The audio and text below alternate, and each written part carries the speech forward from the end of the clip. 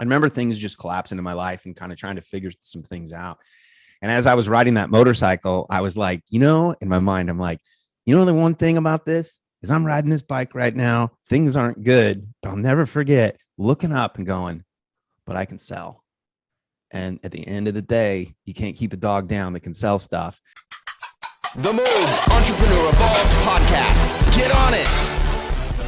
And we're back with another episode of the Moved Entrepreneur Evolved podcast. And I'm excited here today because I think storytelling is a lot of fun. And when you learn how to tell stories, you really do attract people your way, kind of like music, which you'll kind of see here too. But I'm excited to introduce Keith Griffis. Hey, mission-driven entrepreneurs, rise up, stand out, impact millions with your story. What's up, brother? How you doing? How you doing? Thanks for having me. This is good stuff. That's cool, man. Yeah, I keep telling everybody, I keep trying to get back in my office, but I got a little Wi-Fi issue. So I keep telling everyone we're casting in the kitchen. There we go. I like that. Casting in the kitchen. That could be its own show. Dude, and we were just talking a minute ago on how kind of some of our same studios and things like that. How cool? How long have you been playing guitar? Well, I'm hoping you play. Yeah, I do. Yeah, okay. It's not. I was going to get you there, brother. Yeah, it's not just for show. No, I've been playing since high school. Which is longer than I'd like to admit to myself. Uh-huh. So I'm a singer originally. So vocalist, played in a band, and the acoustic guitar when the band went away was my best friend, so it kept me playing. So, dude, that's freaking awesome. That's awesome. So I'm going to dive right in here, and I'm going to go back to something that you said a little while back. And as I go through these, I always like to kind of see what your reaction is during this time. And you said, people offline don't get that online friends are real. I tell people I run a group of 1,300 passionate entrepreneurs, and they think it is cute. They don't realize that this is a powerful thing. This was back in 2015. How much of that has changed? Or do you still see some of those principles the same? Yeah, so it's really interesting. Wow, that's a great question, first of all. I think what's really amazing is that the relationships that I developed online in 2015 have come full circle. In fact, I was just messaging with someone from that group of people that I brought together, which I would call it the island of misfit toys at the time, was just bringing people who had passion that were struggling and trying to do it alone together. And those same principles exist online now. Those relationships, some of those people have gone on to do multiple millions of dollars with offers that were started just from that group. Some direct conversations with me, giving them direction, coaching them either officially or unofficially, and they've gone on. But what's amazing is those relationships didn't die. I reach out to those people and just said, hey, I'm back, here's what I'm doing. And it was like, oh my God, the spark reignited, and people are like, oh, this is amazing. So I think it's how you show up. I think those relationships are 1,000% real if you're showing up with the intention of them being real. It's kind of the what's true in the mind is true. So if you feel that it's Ooh, that was good. Stop. That was really good. What's in the mind is true. That's pretty good. Yeah. So what's true to you is true, and that energy and that connection doesn't go away. What is different now is that the world has adopted digital communication as a natural extension of the human condition, right? We haven't, there was an entire world that used to only believe that you did things offline or you did them online. And it's sort of interesting because I think in the next 5 years, we're going to just see people drop this online coaching. That's like saying telephone coaching, right? Like it's just going to be like, it's the medium. That's not what it is. It's coaching, or it's marketing, or it's business building. And I've witnessed this happen where it was like it was internet, it was online, and so it was like this was this fringe thing. Now it just is now, because everybody knows how to hop on Zoom, even your grandparents and nieces and nephews, and the different forms of messaging have just become commonplace. So texting with people, messenger with people, like it's become so natural now over the last 2 years with the pandemic that I think those relationships are truer now than they even were 5 years ago. I was just talking with someone yesterday, and we were talking about he was working on something. And he was like, I was in this group or whatever, and then I messaged this guy, and you know, everybody that's above your level is almost like a celebrity, right?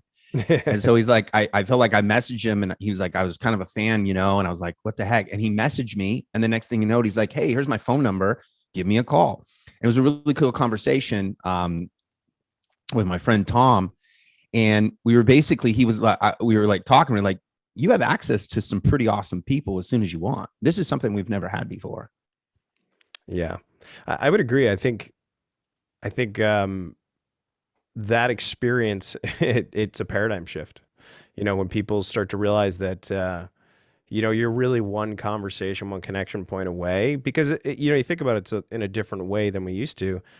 When you were to show up to a party and you were to talk to somebody, they'd say, oh, you're friends with so-and-so. And that was the transfer, it was an active transfer of credibility to Actually, that's how you got a date. Yeah, that's right.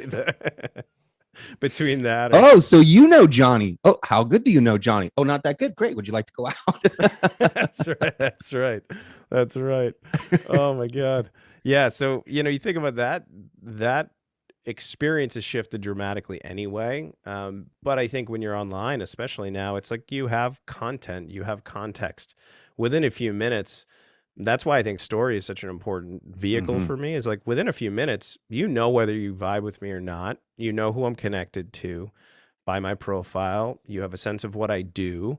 And then the next question is, what does that mean to you? Do you want that to mean something or not? And then it's, seconds away from a comment, a messenger conversation. So it's just so accessible now. And really what it means, though, is that you have some choices that you need to make of how you're going to use your time. How do you want to connect with people, and then how do you want to show up? Yeah.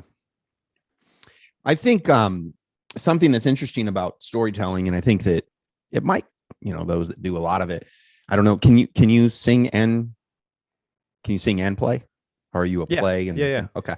So I realized that I'm actually better, at the chop, where I can like pick it up and then just start making stuff up. And that was a skill actually that, and maybe you'll kind of get through this, because I think that in storytelling, these are important. But I remember my father when I was younger, and then people who have kids, this might be a good idea, and you could probably back this up. But when you tell these stories when you're a kid, you kind of teach kids the charismatic ability to kind of release this information in a certain way. And my father was like that a lot when we were kids. He just make up stories, tell stories, do all those things.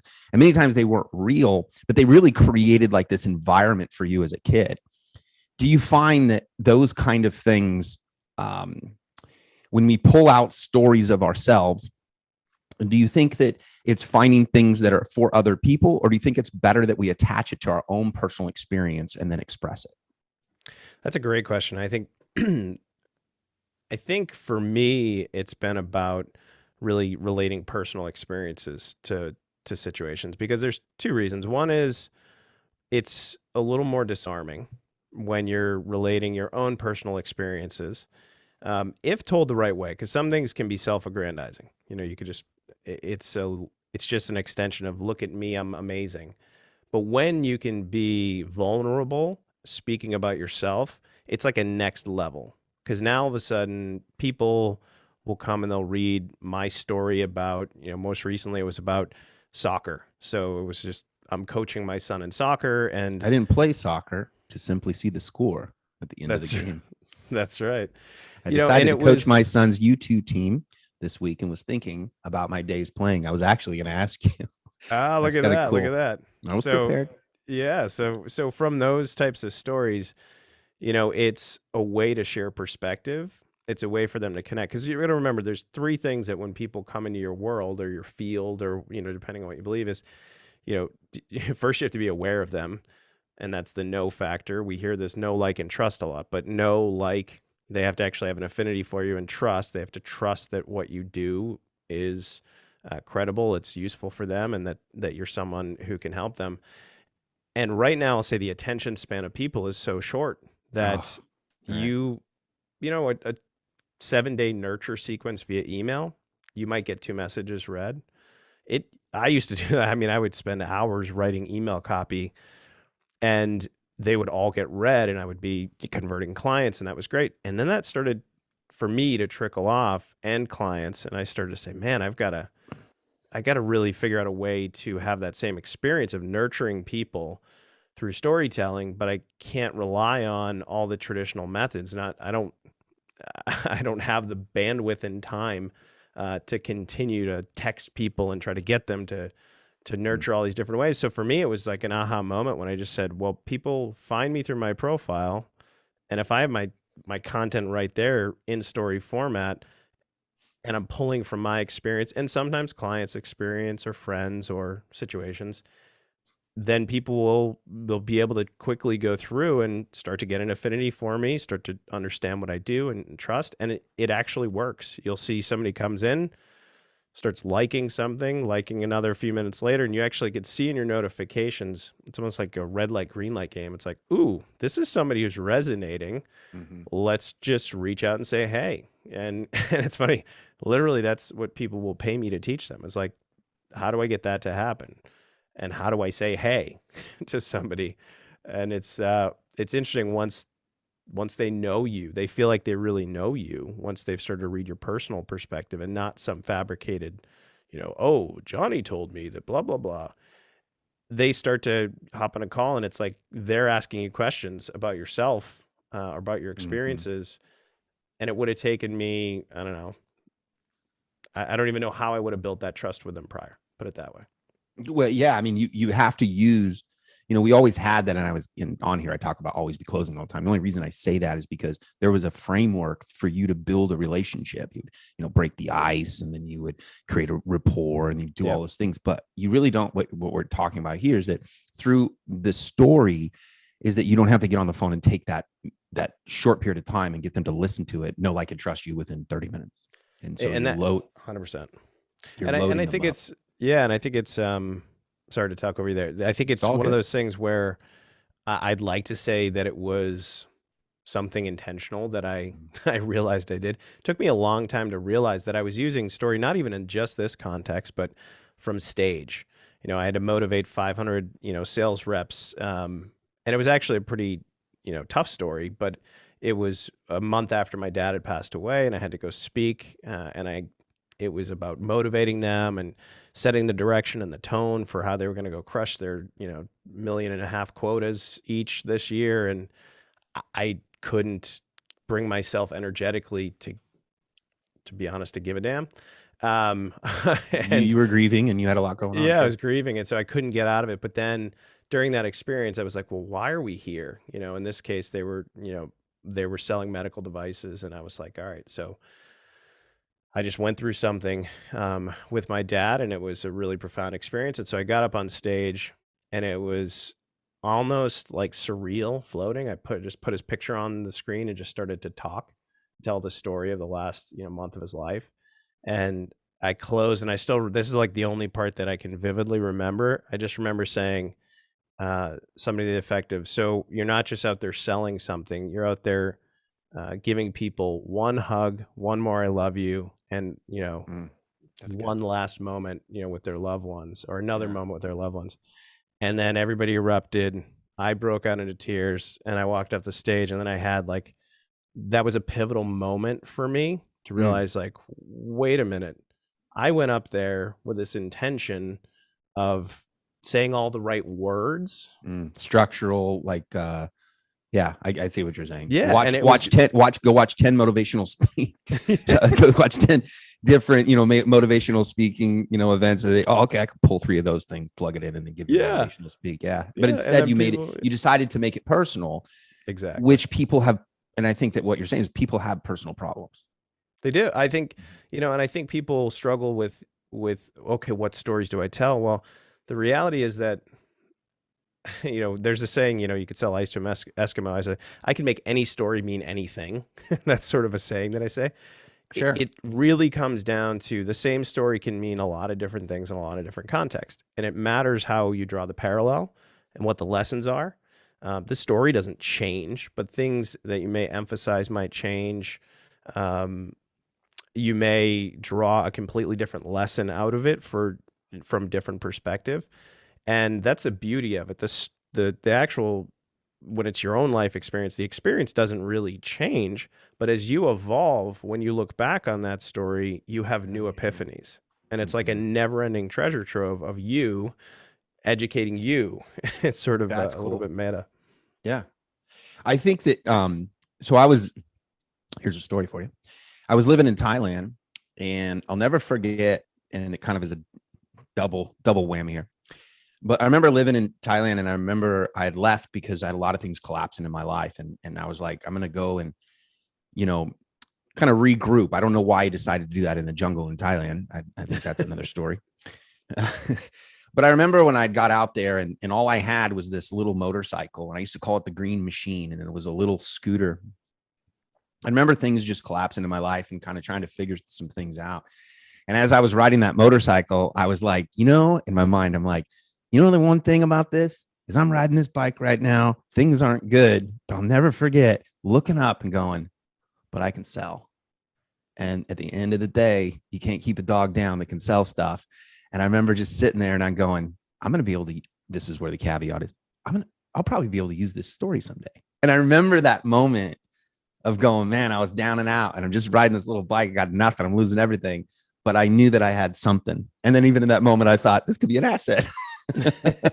And that's, it's interesting. So there's a story, and I'm going to butcher it just because of my memory after the flu, but just say time. Just say time. That's a good one. Yeah. Time.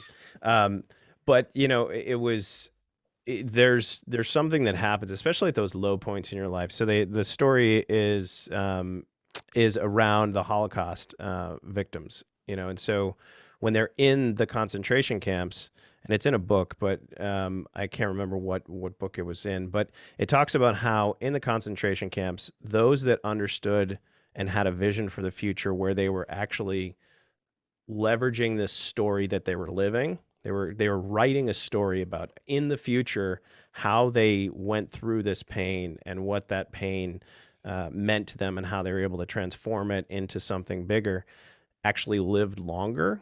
And those that didn't see themselves and as this being a learning experience, or this being a story that was going to produce something, actually didn't make it.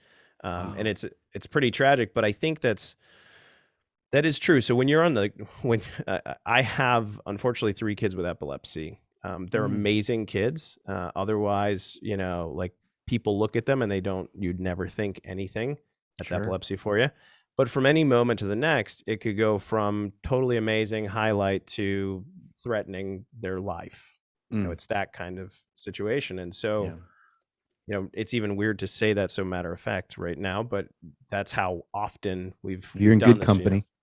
Okay. So, so with them, most of the big breakthroughs and aha moments that I've had throughout my journey have been in an ER bed, staring at my daughter, hooked up to, the EEG, and usually the EEG is inpatient, but you get the premise. So hooked up to some machine or in an environment where I should be completely destitute and broken, but in fact, it's become a source of wisdom and power because it's instant perspective. You go from this hustle and bustle of like, that person treated me poorly, so that's such a big deal, or I didn't get that deal, or I didn't close that, to, okay, I'm here. What matters to me the most? And it's that girl, and it's making sure that her life's amazing. My life, in representation of what life can be, is amazing as a reflection, and that she doesn't see limitations. And those things are just fuel that continually burn. And then I didn't realize this at the time, but for some reason I would always my wife and I would take pictures of our daughters. We have 2 with epilepsy, and our son, when they call it their rainbow hair. So when they go in for the EEG leads, it's multicolored rainbow hair. And so we made it this thing. And so they always ask us to take these pictures of them in their rainbow hair and send it to their sibling. And so we did all those things. But then realizing that for my kids, this is their story and mine, right? It's our joint story of something that can empower other people to say, when you feel like you can't, you can, right? When you feel like you're broken, you're not, right? You are these kids are just as perfect as every other kid out there. Yeah, they have this situation, but they're stronger, they're more empathetic, and they have more to give because of it. Wow. Not that they're broken because they have something wrong. So I know I went. I think there's a saying that goes with that, and that is that we're a result of the story. And I'm probably butchering this, but we're the result of the story we tell ourselves. 100%. You know, and I think that obviously business owners and entrepreneurs are here, and obviously I learned through these too.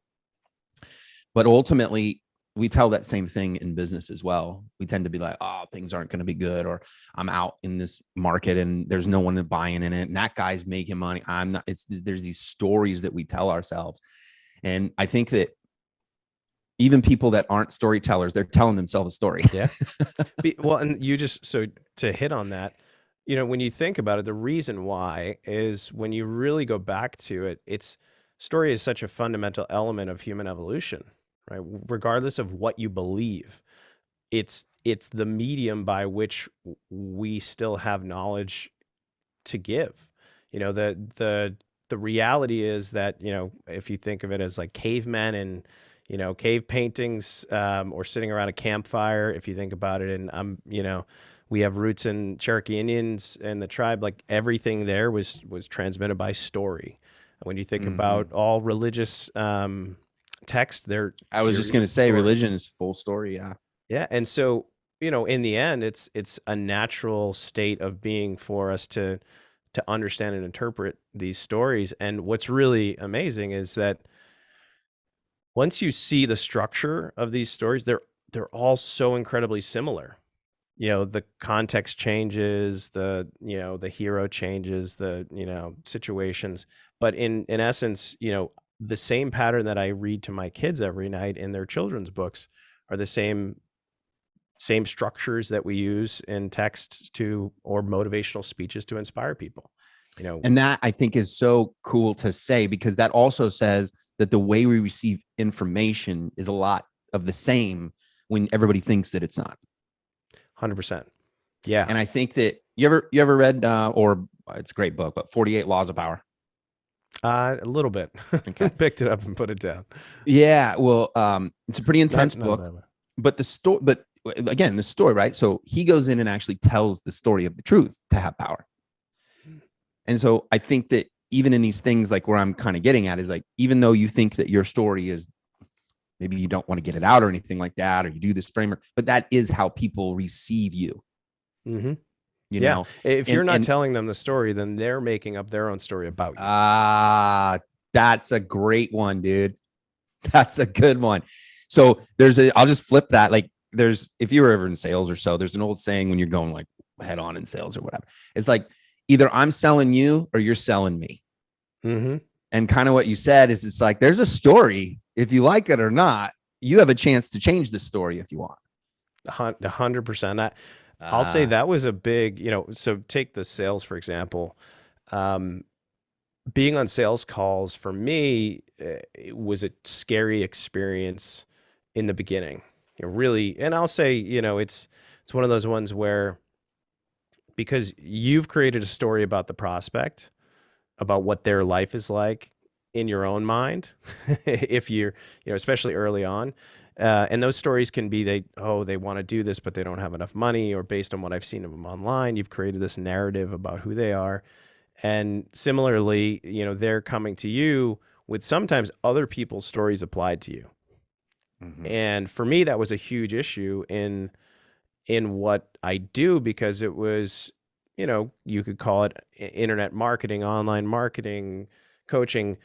There's a lot of burnt people with negative connotations about what it means to work with somebody in that space. And so, that story was coming in and being applied to me, and I was letting it happen in the beginning, letting them use that. And so you see it in the questions, you see it all that. And I realized when I started to sort of share my story from a personal perspective more openly, that stuff just went away. And I didn't even realize it, because people were already in touch with me. They already, again, that know, like, and trust. They already had an idea deeply, probably more so than any other person that they're interacting with, of who I was, what I valued, what my life was like. And so then it was a conversation about, all right, what are we going to do together? And it's not always that because they've already, because people like to work with people that they like. exactly. And people that are like them. I mean, that's the biggest thing. It's like, I think in the early days, you take all comers. And so you're trying to convince people of, oh, I need to close this sale. And so everyone tells you like, you need to lean out or lean in. And it was too complicated for me. It was like, I just want to make sure that the people get on the phone are the right people. And so, from that, being able to reject people that don't resonate and attract those that do, that's the goal, so that the right people are hopping on with you. And I think most of the world that I experienced from 2014, 2015, when I was first in online marketing, was like, be polarizing, reject, that was how you rejected the people and then attracted the people. I just never resonated. That wasn't my style. And so, for me, it was about really at a core, being vulnerable, being open, being honest, and connecting at a deeper level with people. I couldn't operate in any other way. And it does the same thing. Yeah. No, I was just going to say it does the same thing, but I had to get over that mentality of, well, I got to be polarizing. I got to be in your face or push people away. And it was like, no, the people that are that want the different style are just not going to resonate with my content, my story. So they just naturally floated away. And the algorithm of Facebook or whatever other medium you use is doing it as well for you. It's, the same thing that caused the election to be fragmented years ago, is the tool that actually brings tribes together, because it's the words you use, the way you talk, and those that interact bring more that interact. That it's a self-fulfilling machine, really, in the end of the day, and all sides benefit. Yeah, you had let's go back to that year, and you made a statement. And you said, stepping out from behind a brand and becoming a face can be scary. Trust me, I've been doing it myself, and it scared the crap out of me. It's also one of the best things I've ever done. During that time, that was right around August of 2015. What was going on? Yeah, so I think so I've been in corporate marketing, and a full disclosure, I still am. I run a $200 million business in that, and but one of the things early in the online marketing days was, you had really strong.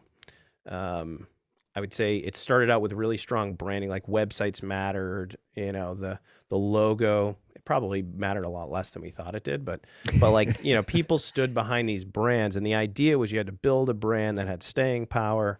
And it was reinforced because that was sort of like corporate America at the time still, it was, I think, residue from the 90s and early 2000s.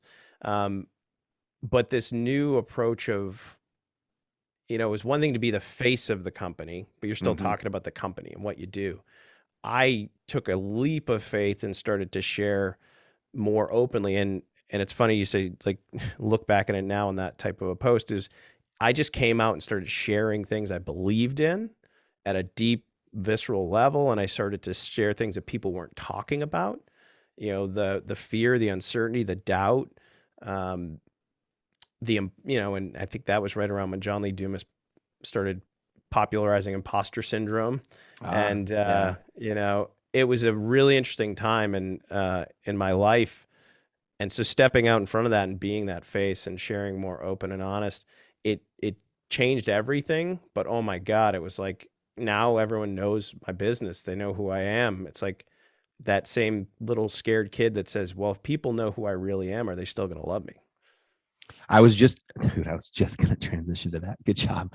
I think that is such a key. So kind of recapping, I mean, we're obviously talking about this, but just like getting it straight to the point. Telling a story makes money. I mean, if we go from there, every celebrity that you ever see, you're really attaching them to the character that they played in a movie. You look at these superstars, you're like, oh my God, no, Angelina Jolie. You don't know Angelina Jolie, but you do know which movie she did with Brad Pitt and how that went down and how he whooped her ass. And you know what I mean? So, and then when you see her, you're like, oh my gosh. And it's, you create this character. I think that also sometimes people see people do vulnerability. And this is something I've always I've always thought about, because I think that there's a place for these things.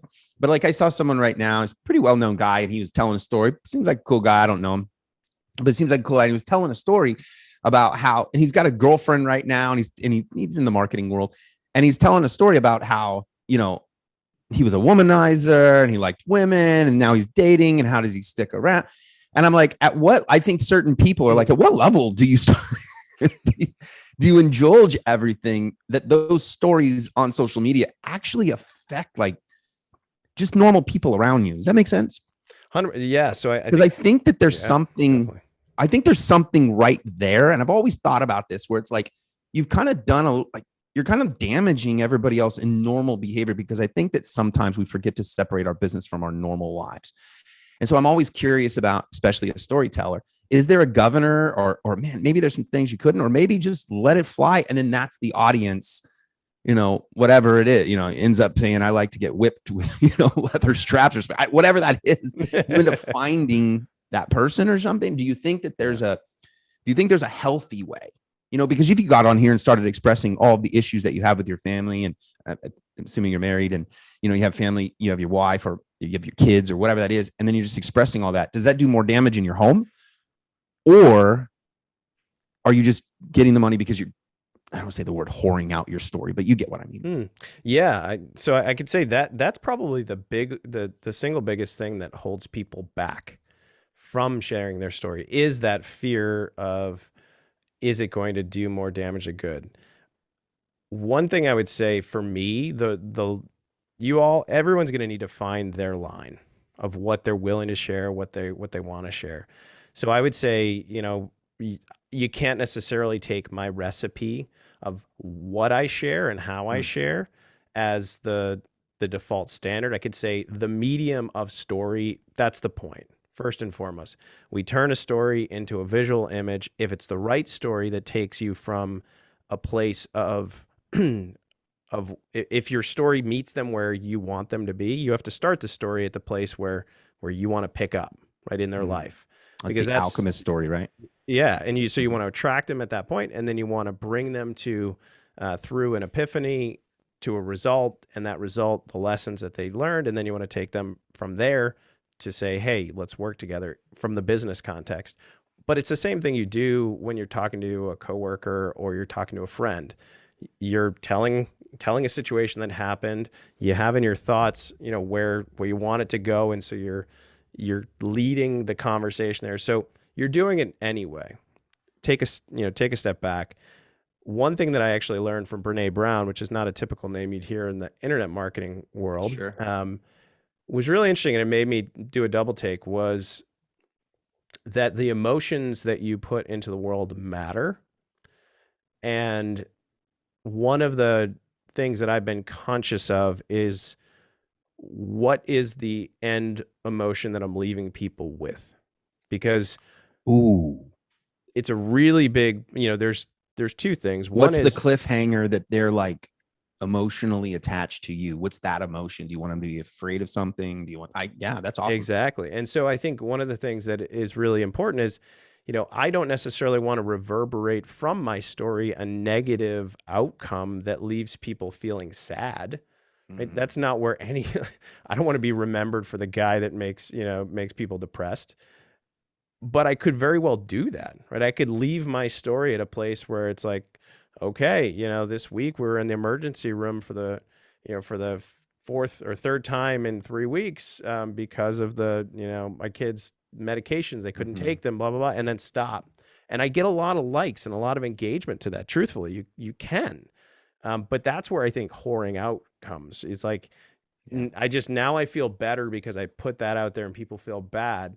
But now I've imprinted that feeling on me. Now they look at me and I represent the sadness. A victim the victim. And, in reality, so you have to process the things that are going on inside you before you're ready to share. And then you would probably flip that just by listening to you. It's like at the end of it, but we had Rainbow Hair Day, and, it really turned out the way that we wanted to. And just in a couple sentences, you've changed your trajectory of the emotion of that entire story. Exactly. And you've taken people from a perspective to say like, whew, wow, like even in the worst of times, you can turn it around and you can have, learn something out of it. I think that's the key. So, it doesn't even have to start. It could start from a high point. It can be, I just got off an amazing call with an incredible client and, here's what we went through. And, you can start and end, but you just got to be conscious of it because, in the end, it does make a difference. If I read a story from you or I listen to one of your podcasts and in the end I feel sad, well, I'm going to take that with me through my day and interact with my kids in that way. And it takes a lot more to overcome that negative emotional state. Wow. Than it does to move on from a neutral or positive state. And I think a lot of marketing is still suffering from that aspect, which is fear, uncertainty, and doubt is what is typically sold. And it's actually, we call it FUD, right? Your goal is to plant the uncertainty and to leverage their fear of whatever the other outcome is, the pain. We really center on that. And while the problem and the pain, you do have to agitate and you have to make sure they're aware, you don't want to leave them making a decision from a state of fear, because then the minute the transaction's over, they're going to be second guessing that decision. Ooh, you just got real psychological. That was real good. Stop. We got to go back here. Yes, good. That was really good. Do that again. Yeah. So I think, when we talk about this in a sales context, especially, the goal is to agitate that pain, make sure that they understand that pain, but you don't want to leave them in that pain and in that fear, because FOMO is real and a lot of people will get some quick hits. And so fear of missing out, I need to take advantage of this. But if you leave them in a state of fear after that transaction is made, or even before that transaction is made, the first thing they're going to start doing is second guessing themselves, second guessing their decisions, which is, why a lot of people say you got to get them a quick win right afterwards. A quick win elevates them, improves their confidence, gets them to say, I made the right choice. Or you have to, in my thoughts is, if you can actually inspire them to buy, that's the best possible outcome. Because you have hope. Yeah. And in the end, if nothing else, they're walking away from that conversation enriched if they don't buy. And likely they're going to come back because they're going to remember that. And if they do buy right then they're going to probably come in with that same energy. Yeah. And then you have the ability to then take it to the next level. So when we sit down and you're trying to create stories, do you look at people and say, look for ingredients that people would trigger them? Like, for example, the Move 30 story and moved this brand and everything. The story is that I won't go all the way into it, but I was riding my Harley Davidson up through the grapevine. And as I was going up the grapevine, you got to make sure they have a lot of gas because it's really, really tall. But when you go down, I would always go down when it's around 4:30 in the morning, because that's when the sunrise would go. And when the sunrise would come up, as you're going down that hill, you start to look at all the pistachios. But as I'm riding my Harley, I have a road glide. Since you have all the senses, you start to feel like a vanilla on you. It feels so good. But as I was going down this time, I kept telling myself I'm always on the move. And so what my question is, that's kind of the transition, right? So as that story, one thing that I kind of always look at is like, can you add some cool detail? Like, can they connect to something? So in that kind of story, I don't know if that was a good story or not, but basically, when you do a story like that, how would you enhance something like that? Or, do you carry things that in detail? Like if I were to be like, oh, and I got this, I was going to take a drink and I was drinking this time because I've been thirsty all morning, but it was a 0 and I'm so glad it was Gatorade. Do you see what I'm saying? Because I think that people make stories, they forget just a little bit of detail. What do you think? So it's really interesting. I think what you highlight matters in your story. A lot of people will think of things as chronological events. And I actually say, think about your favorite movie. Doesn't necessarily open with, or I think the most impactful ones, they open with a tense moment. And then, that's so one great formula that I love. And I think actually Russell Brunson, it's in his book too. I was always, people say, oh, Russell teaches that. And I was like, I was doing it before Russell. Well, on this podcast, I'm going to give you the clout. And I think he copied you. You got that, brother? I got you. And actually, I'm gonna throw ads to this. That's exactly right. Let's so so but in the way that you tell the story, right, you start with a tense moment, some sort of hook, and that is I never call it a hook, but you start with a tense moment, and that really shocks people out, and then you kind of work back, and the detail that you highlight is like your backstory. So I was like, a good example is to use that stage example, is say, I was, standing there, my heart was beating out of my chest. And then I go back to that's the hook. And then I go to the stage of, now I got to set the stage of like, what the heck does that mean? I'm going to say, I had to go on stage to speak to 500 people and to motivate them. Only 4 weeks prior, my dad had passed away. Right. And it was like, whoa, like, okay, there's backstory and context. And then, as I walked up on stage and I, flipped his picture on the screen, blah, blah, blah. So it's like, what I'm doing is I'm presenting the visuals to you. So you're actually, that's the most important part. It's not like, and then you're going back and stuffing the story. Exactly. Got it. Exactly. And so then then the pivotal moment is like, for me, it was like the aha moment in that story is when I said the last line and the entire audience stood up, erupted, tears were streaming down my face. Again, very visual, very visceral. And then from that story, it's like, that's when I realized the power of, and I think that's important. That phrasing is really important to use for people, is like, that's when I realized, or that's when it all changed, or, there's this transition point where, and that's when I realized. Yeah. And that, that's kind of like that story that I tell. It's like, that's when I realized that, I was falling apart, and, then you're like, oh man, I got to fix it. And then the journey is how you went and fixed it. Exactly. Yep. And then I always like to say, like, lessons learned can be added. They don't have to be. I think it depends on your outcome. But to go back to one thing you said, which is, I love to think about things as, the story is just a spoken or written way to form a picture in your brain. The more vivid you can describe that picture and use associations, the better. And this is sort of like the ninja advanced stuff, but, things like, my feet were sticking to the ground, like, taffy at a carnival, or like, like those types of things. Like, you're using associations. It's almost the same thing real estate agents do when you go see a new house and they have cookies in the oven. They're actually, using your memories. They're triggering, memories at home events. And that give you that positive sense. And so you can borrow that from, visuals. You can borrow that from, people that you say were there. That adds a credibility layer. But I think being really vivid, really visual is really a key component that makes a story sticky. I think that a lot of people, maybe there's an exercise, I don't know, but a lot of people want to do that. They just don't know how do I do this. Here's a great example. So I grew up in a church. There was only like 5 families, and it grew up to like thousands of people. And what do you get in churches? You get testimonials, right?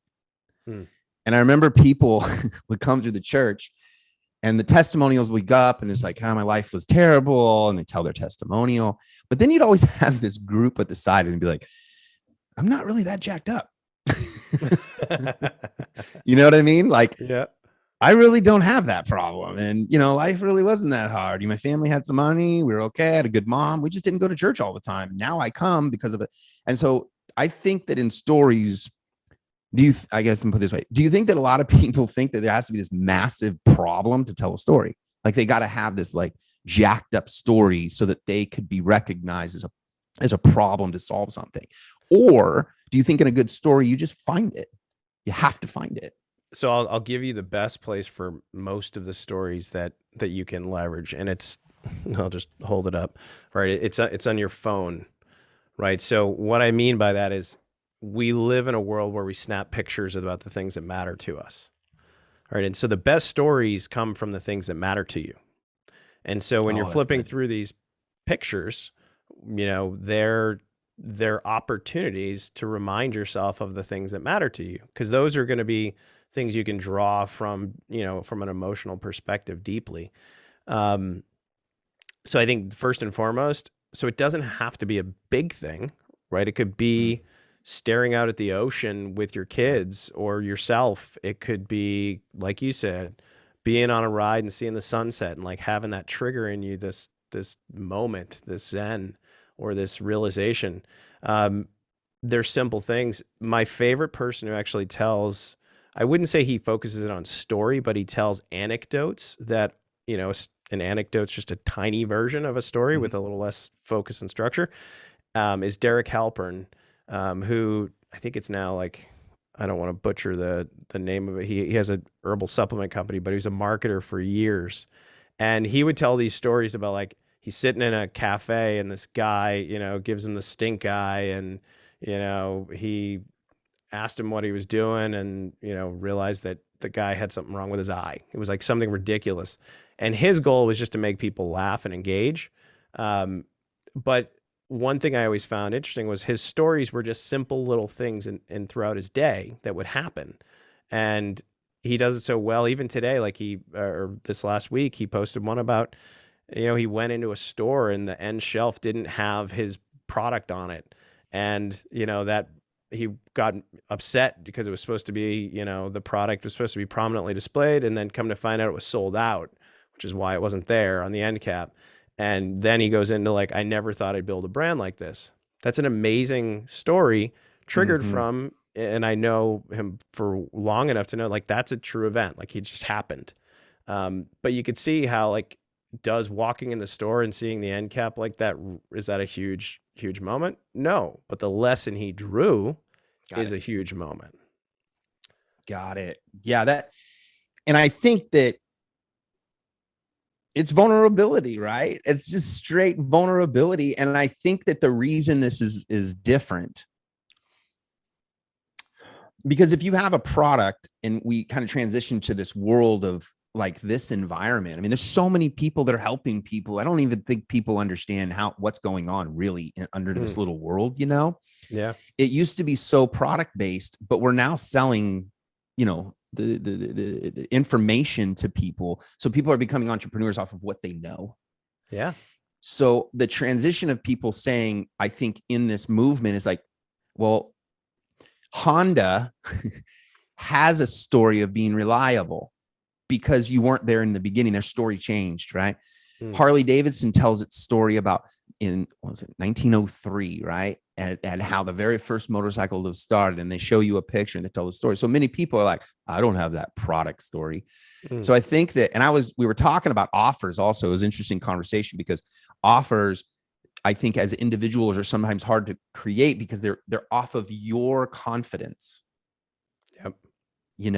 And so as we look at all these different stories, I think that what you're doing is breaking people to tell their story as they are a product, but it's more genuine because it's you. Exactly. And then the longer your resonated story, let's see if I can get this right. The longer the story resonates, that becomes the staple to what your name represents. Exactly. 100%. Yeah. Cause I think in the end, you hit on a key point there, especially when you are the brand, you evolve. So your brand evolves. You'll always there's two different types of stories I like to tell people. There's your origin story, which is like, it's going to sound really ridiculous, but like, it's like my kids, we have this movie Big Hero 6 that they love to watch. And it talks about, it's these kids who come together and they become superheroes. And is like, oh, this is our origin story. And it always triggers in me these thoughts, but because so much of the confidence in your offer comes from having a solid origin story.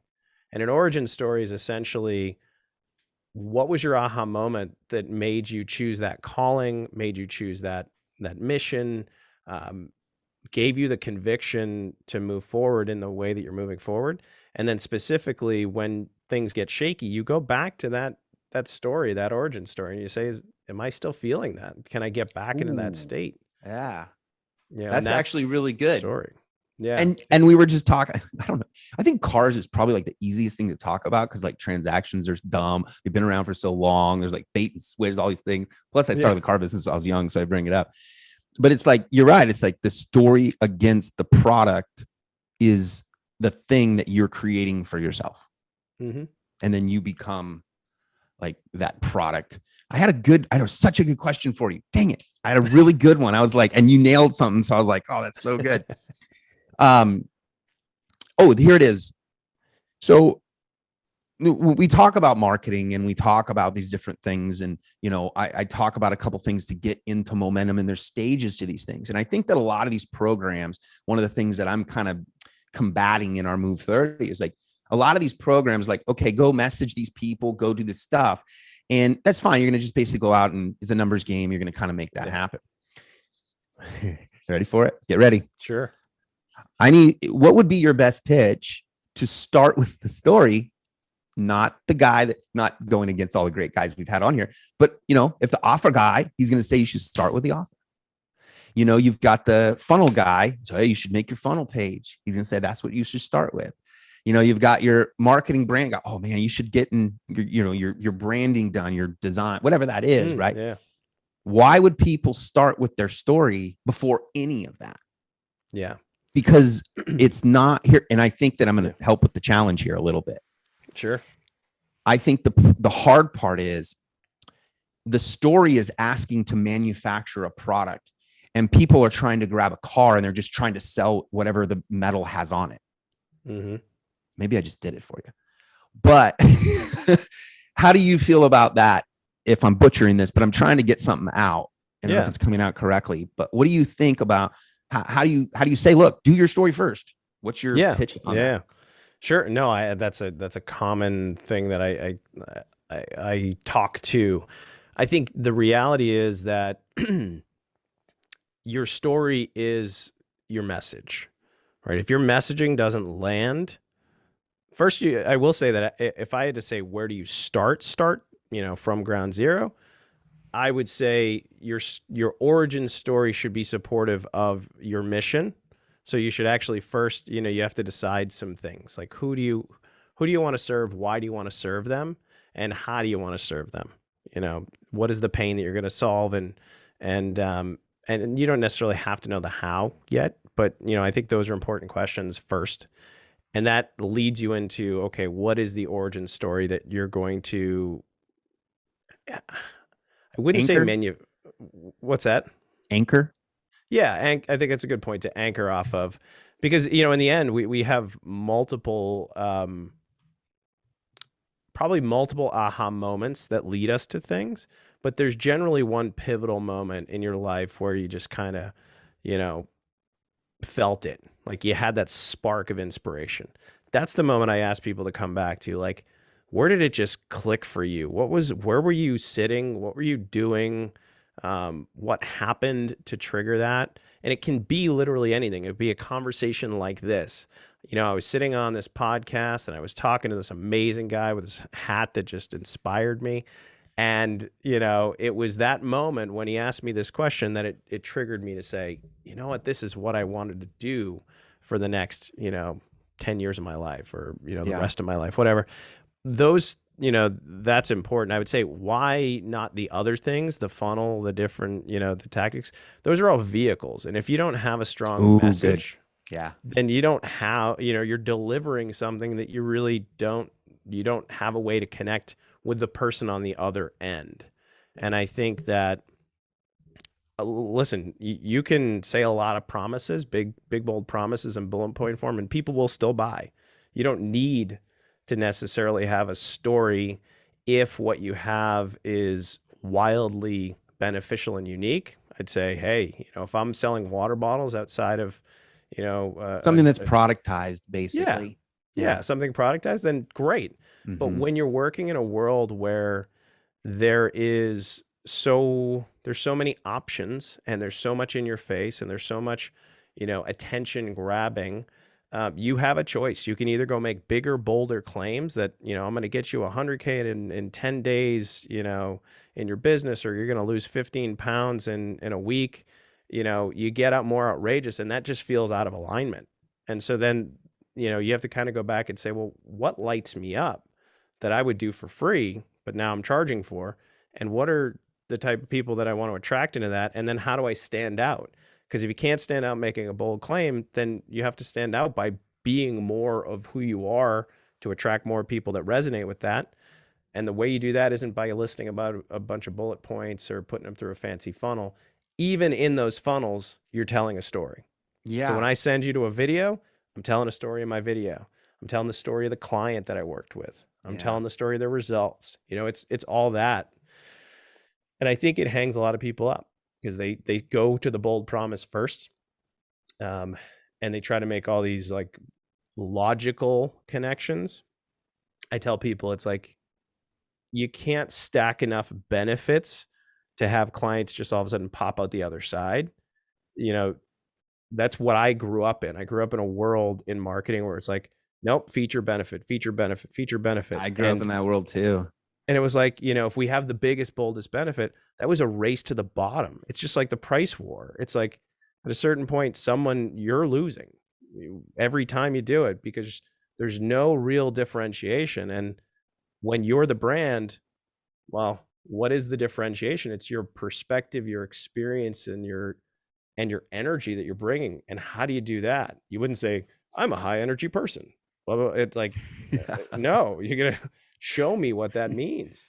Right. And I think the cool thing, and I think that this will go right into it, but with a guy like you sit down and you have the framework.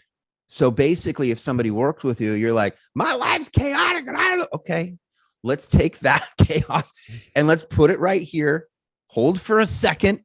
Tell me what else is going on. Okay, that could probably go down here. And then you give it to them and they're like, oh, that's me. And you're like, yeah, you're just not good at telling stories, but you're living one. A good story is that I had a really cool spiritual business coach who was in a high ticket program for 12 months going through this process, spent, more money than they had on this process. And then they came on a strategy session call. And in 45 minutes, I just asked a few questions, used the framework, spit back out, this is your origin story. And they're like, oh my God, you saw me, right? That's exactly what I've been trying to say. And that was my free strategy session call, just in the 45 minutes. And because part of it is that for me, it's second nature to ask those questions. But once it's a framework, like to your point, I call it the power story method, is cool. Super, that's how you write the story. The story growth formulas, how you do all the tactical stuff around it to get more engagement, turn them into messenger, and how to use them in calls. But I think the framework, it's like, oh my God, you can't stop seeing it. It's like taking the right pill in the matrix and you see it. It's like, you can't unsee that. Good point. Yeah. I like that. You can't unsee it. And I think that one of the things I was going to say a second ago is it's like, I think what happens in business, because there's so much out there that you kind of go out there and you're like, okay, I got to go serve all these people. When you start telling your story, what happens is those people start to collect around you. And then once they collect around you, there's this pivotal moment that people don't recognize enough, is that there's this pivotal moment that all of a sudden you're now leading all these people and you feel like you're leading the world. Mm-hmm. Yep. And you're like, oh, I have this thing. And you're like, dude, you only got like 50 people. Do you realize there's 300 million? But there's this confidence that shifts because of that. There is. And I think that's what people are looking for. It's like a release, right? It's like, okay, I kind of made it. Dude, this has been awesome. And I probably could have done this for 30 more minutes because you're a natural storyteller. How do people find you? Yeah, so I think the best place to find me is where all my stories live, and that's actually on Facebook. So facebook.com/Keith, KEITH, Griffis, Griffis, as in summer. That's what I have to say every time a telemarketer or a doctor asks for my name. You'll find my stories there. You can find my group connected through that, which is mission-driven coaches and entrepreneurs. And Messenger, Messenger is where everybody hits me up, and I get a lot of them, but I'm pretty responsive still. to those messages. Well, I appreciate you, man. I'm pumped to have you on this podcast. I hope to have you back. You've got a great way that you lay it out. So hopefully I can make you a guest again. With that, thank you so much for being on the Moved Entrepreneur Evolved podcast in the kitchen. That's right. Cooking Thanks it a up lot, in the brother. kitchen. Thank you. If you like this episode, make sure you smash the like button and subscribe to the YouTube channel. Just like Nike is to athletes, Moved is to entrepreneurs.